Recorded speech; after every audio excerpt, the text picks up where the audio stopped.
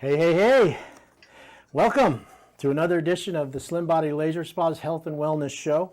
My name is Dr. Tread Rissacker, and I'm a doctor of chiropractic, and I'm full of energy and life and ready for this lockdown to go away.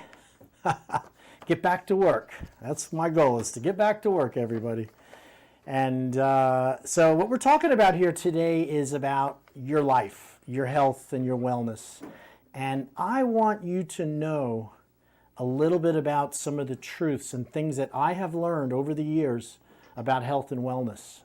That's really why I'm here, to teach you that and to share my knowledge with you so you can have the information and the knowledge to make better choices. It really is about making choices, isn't it? Day in and day out, you got to make the right choice. I was reading I watched an article by Dr. Travis Stork from the Doctor Show, that good-looking MD, and he said that life is about making a series of choices, and you have to make the decision to be healthy in little increments, in little choices you make. And he said it can be up to 300 choices a day in order to be healthy. And you know, what would be an example of that? I decided to go to bed on time so I wouldn't be tired the next day. I showered before I went to bed, right? That's a good one. So you went in and got all the dirt off and you didn't go to bed with it on.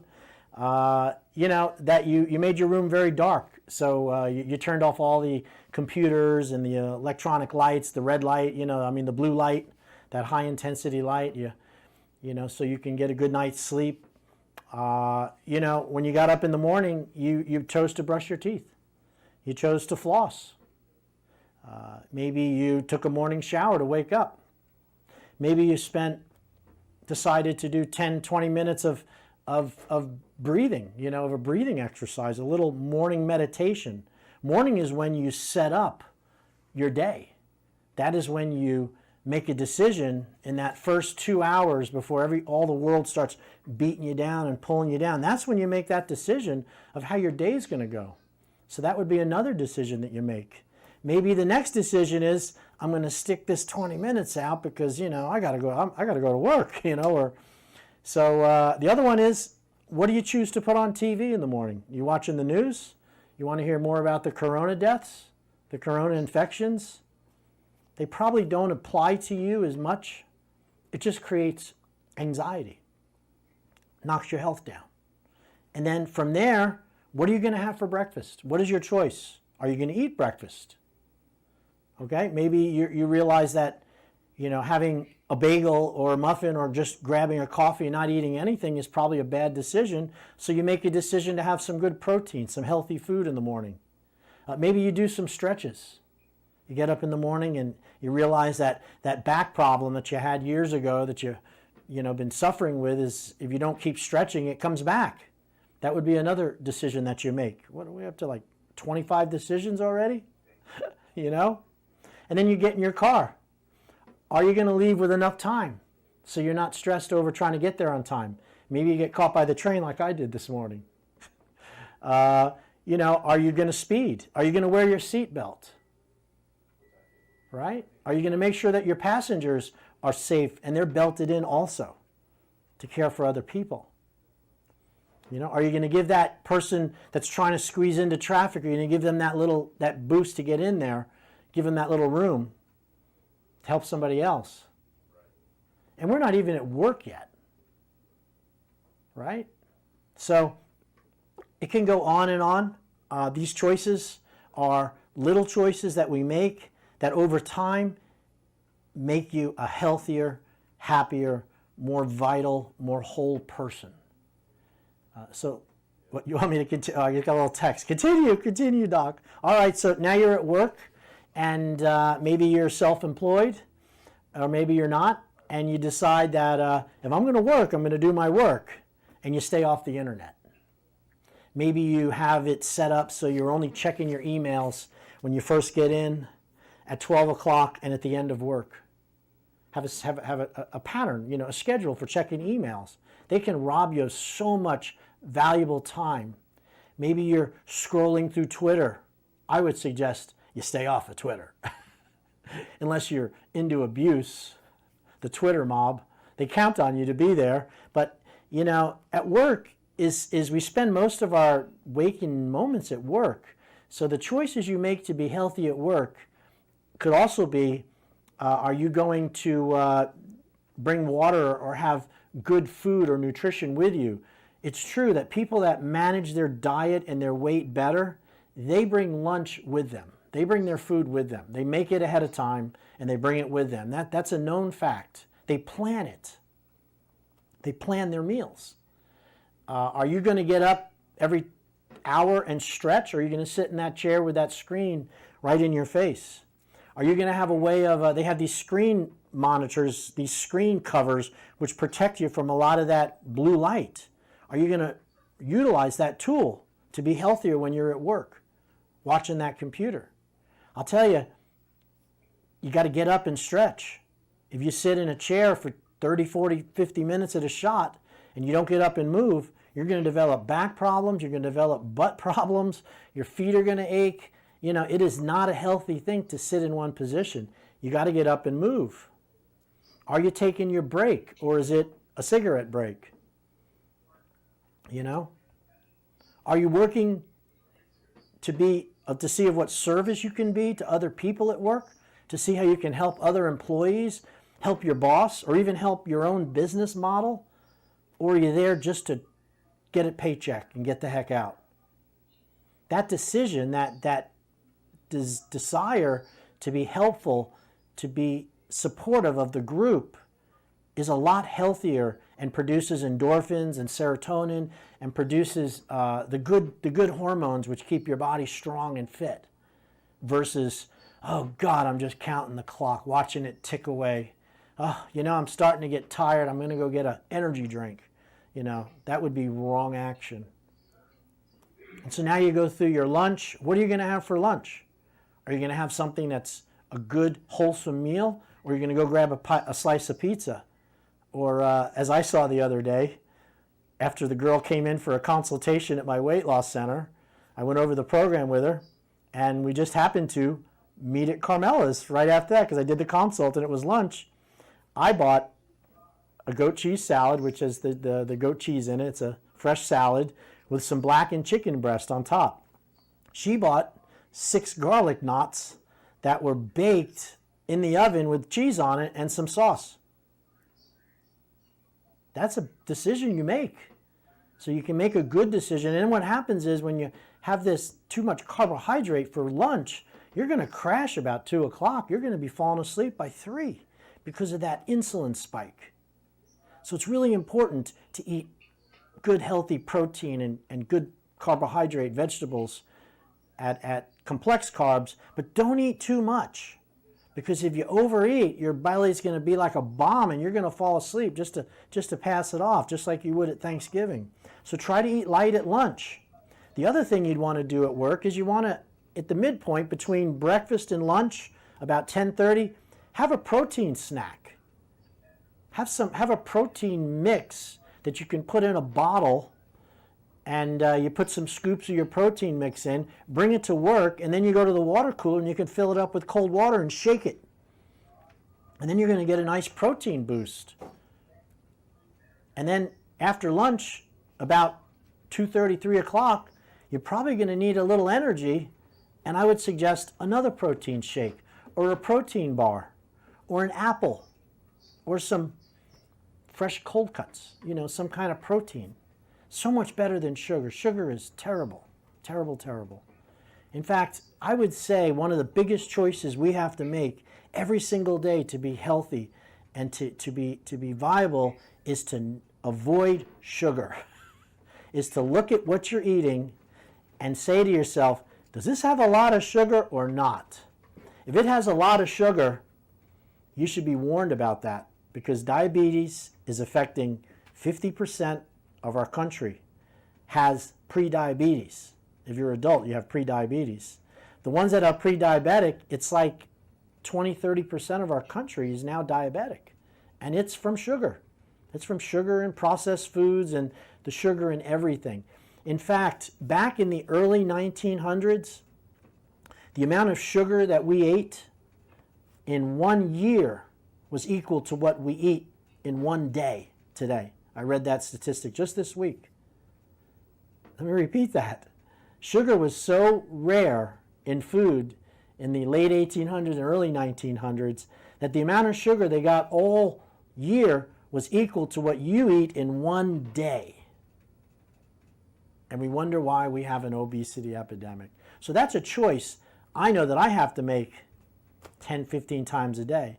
So what other good health choices do I make in order to be healthy, as Travis Stark, that MD, had pointed out? So now you get into you're getting ready to get off of work, and are you going to finish, you're going to check your emails, make your connections, send people messages, and then let me ask you something. When you leave the office, do you unplug from the office or the work? Do you stop it and go to the next part of your life, which is to relax for the next few hours?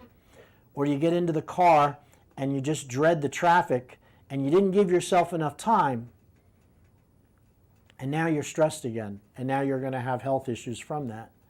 And as you go through work, you go through driving home, and you come in the door, usually when I come home, it's the honey-do list. Feed the dog, he threw up, I'm not cleaning that. Are you going to do it? Are you going to complain? The kids have been home, maybe they just got back from school, they want a little daddy time or a little mommy time. Are you going to blow them off, or are you going to hide from them? Get on the internet, act like you're not even there. Where's Dad? I don't know. He was home. Yeah, I know. Those decisions to support your family, that's the next jacket you wear. That's the next hat you put on. Is now you're a dad, or you're a mother, or you're a friend, or you're there with your mom. Are you going to make those calls? Let me ask you another question. Are you going to pay your bills on time? That's another choice you have to make. If you don't pay your bills on time and you don't manage your finances, you're going to have health problems because of the stress and the worry that comes from it. And then, are you going to help with the dishes? Make the wife a meal, or make your family a meal, or bring a meal to your aging mother or father somewhere? These are all actions which build strength, love, caring, and kindness. In other words, your health, your wellness, your ability to bounce back from disease, your ability to be what you consider healthy, is hundreds and hundreds of little decisions you make every single day. Now, this is a fact. Health is not a given. You are not given health. You are either working towards health or you're moving away from health. Health is not a constant, people. And every day, if you do more actions for benefiting your life, like I described, and less of those other ones, you'll be moving towards health. But if your day involves the opposite, didn't get up on work on time, went to bed too late, I'm tired, didn't want to take time to brush my teeth, sped to work, cut 3 people off, got in the parking spot, got at work, went right to the computer, started surfing online, boss came in, jumped offline, acted like I was working, checking the clock, I'm stressed, getting an energy drink about 10, thinking about how much you hate the employee next to you or the customers that are coming. I mean, I could go on with that. You understand where I'm going with this. It is a series of little decisions you make again and again that restore your health. All right. So that's my message today. You got to start somewhere, and it starts at home and with the little decisions. Make a list. Make a list. Be conscious of this. Sit down with a piece of paper and a little booklet and bring it with you and write down the decisions that you do every single day, from when you get up, from when you went to sleep, to the type of food you had, to did you skip meals, yes or no? Did you bring a snack? Were you kind to people or were you not kind to people? Did you speak to your parents, if necessary? Did you spend time with your children?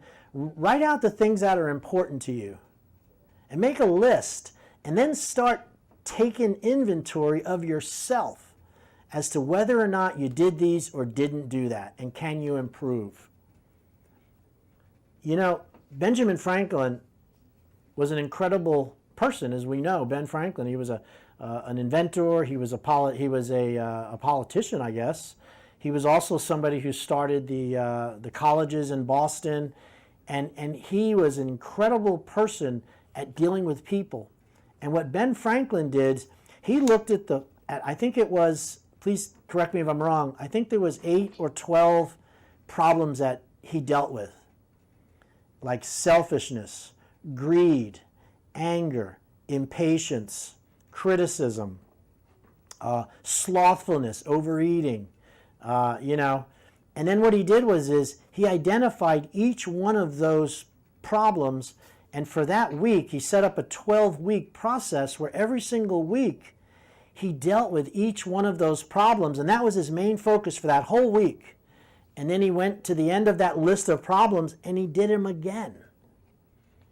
That's what I'm talking about. That man is disciplined, because otherwise you don't know you're doing it. It becomes a reaction, it becomes a habit, talking about other people, wanting to share negative things with your family. I'll tell you, that's probably one of the hardest things for most people to do, is to see things on TV, to hear what's happening, to feel they have a knowledge that other people don't have, like, I see what you don't see, and I want to tell you about it. That might be good for you. It's not even good for you, because that, my friend, is criticism. And when you're sharing it with another person who's not interested or doesn't really, has their own life to lead, that's called interference. There's a thing called the law of non-interference. Stop interfering with other people's happiness by dumping what you think is going to happen. And I take care of a lot of people in my office at the Slim Body. I see this a lot. A lot of people are so stressed because, their partner, their friends just see the negative of everything. There's a lot of great stuff out there happening. We live in a country of 350 million people.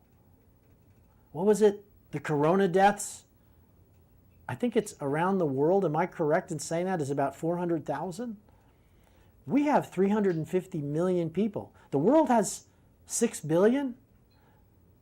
400,000 people, more than that will die in auto accidents next year, I promise you. And that doesn't belittle the severity of COVID or the fact that auto accidents are dangerous, but you got to look at it. I like to look at things from a glass that's half full. I know the glass could be half empty. I know that it's going down, but I choose not to focus on that. I choose to focus on what I still have. So I stay happy and I stay peaceful. I'm looking forward to this fall so we get some cool weather, right? I think it's going to be good. We're going to get a lot of people are going to come back into our wonderful community here in Stuart, Florida, and they can help us and help you by bringing their income and their services, We're very much an economy that's dependent on our lovely people that come down from up north. I know my office sure is. So I'm staying positive, keeping my chin up and hoping that they'll not be scared to come down and enjoy the beautiful sun here down in South Florida. All right, so you're listening to Dr. Tread's Slim Body Laser Spa. I'm located on East Ocean Boulevard, across the street from the Fresh Market. It's a laser-assisted weight loss center. What I do there is I use an FDA-cleared device called a Lapex Lipo Laser, and it's really designed for spot fat reduction and body contouring. But when you include it with weight loss and you include it with nutrition and detoxification, it's a life-changing situation. We can lessen body fat, we can tighten skin, we can drop BMI, fatty BMI, which is your body mass index. We can shave percentage points off of that every time you come into the spa. Now with this high risk of COVID, and obesity is number 5 of the risk factors one of five. So there's 5 risk factors: heart disease, diabetes, cancer, stroke, breathing problems, and then obesity. I can help you with the obesity, and then everything else will get better. Okay, we're going to take a little break here and come back. When I come back, I am going to go over a little bit more about, I'm going to teach you today. Today's a teaching lesson. I'm going to go over the standard process that we use when confronting somebody with weight issues and what we tell them, how we explain it. And I think it'll be really informative for you to check that out. So come on back after the break. And again, this is Dr. Tread from Slim Body Laser Spa.